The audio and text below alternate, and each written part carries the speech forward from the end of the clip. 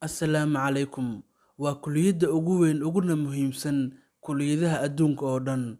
Bosti ayaan soo geliyay YouTube-ka. Waxaan ku soo qoray kulliyadee jeclaan lahayd inaan mowduuc ka soo sameeyo.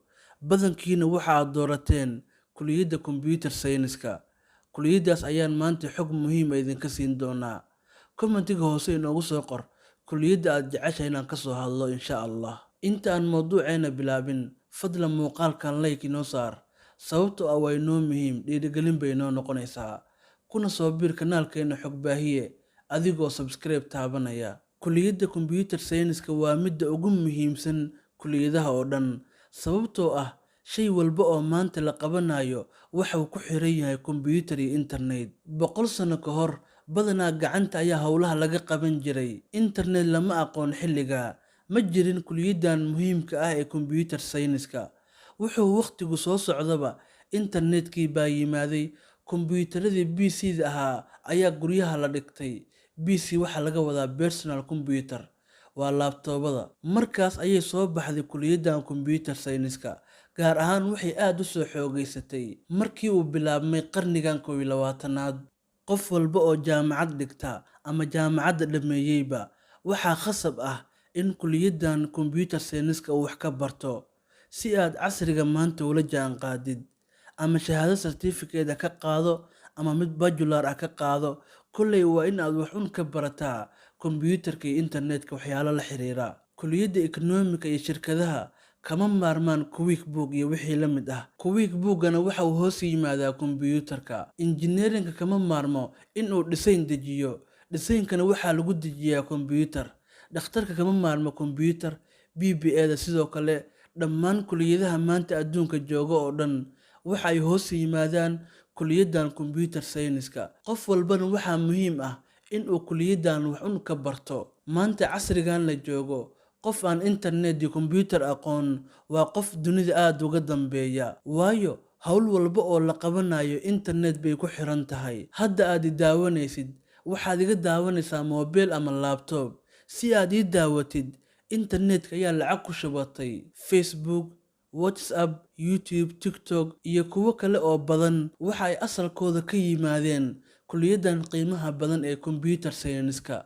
Wixii system ku shaqeeya oo dhan waxay hoos yimaadaan kulliyaddan Computer Science-ka, sida banking system, school system, hospital system, petroleum system iyo kuwo kale oo badan.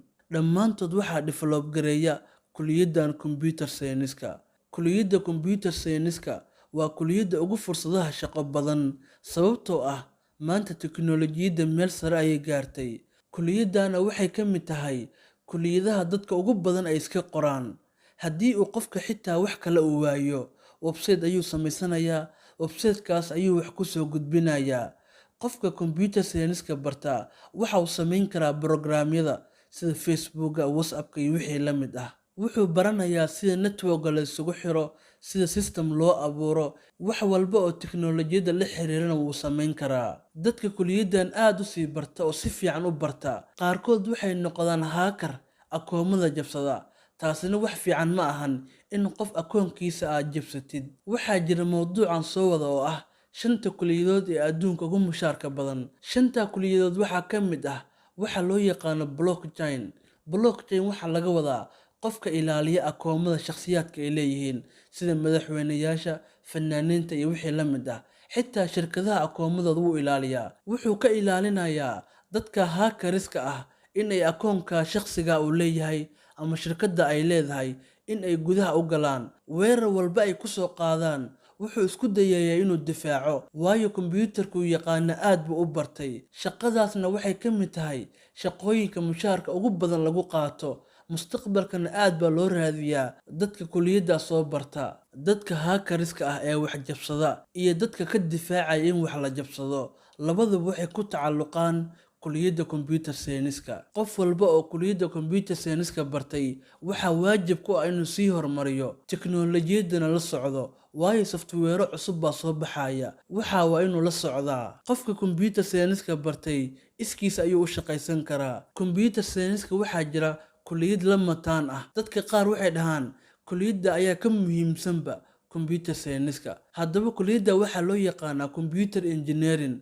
computer engineering wuxuu qaabilsan yahay sida loo sameeyo qolofka computerka, sida screenka, keyboardka, sida mouse-ka loo sameeyo, qolofka ku tacalluqa dhisaynka loo sameynayo, naqshada ay u egtahay computerka, waxyaalahaas ayuu qaabilsan yahay. Halka computer science uu qaabilsan yahay software-ka gudaha ku jira, sida system loo abuuro iyo wixii la mid ah. Micnihii mid wuxuu qaabilsan yahay waa hardware-ka, sida computerka loo sameeyo qolofkiisa, midna wuxuu qaabilsan yahay software-ka gudaha ku jira. Labada kuliyadood way isku xiran yihiin, mana kala maarmaan. Badanaa computer engineering laguma barto Soomaaliya. Waxaan filayaa kuliyadda computer science-ka in xog idinku filan aan idinka siiyay. Haddii aad u baahan tahay kuliyaddan ka soo hadlo, commentiga hoose inoogu soo qora. Wassalaamu calaykum waraxmatullaahi tacaala wabarakaatuh.